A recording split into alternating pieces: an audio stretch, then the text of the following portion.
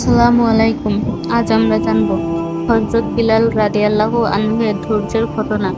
হযরত বিলাল রাদিয়াল্লাহু আনহু ছিলেন একজন ইথিওপিয়ার দাস।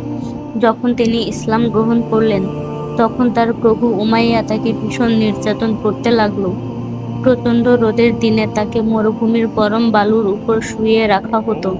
তার বুকের উপর বড় বড় পাথর চাপানো হতো, মারধর করা হতো। সবাই তাকে বলতো, তুমি মুহাম্মদ সাল্লাল্লাহু আলাইহি ওয়াসাল্লামকে অস্বীকার করো, ইসলাম ছেড়ে দাও।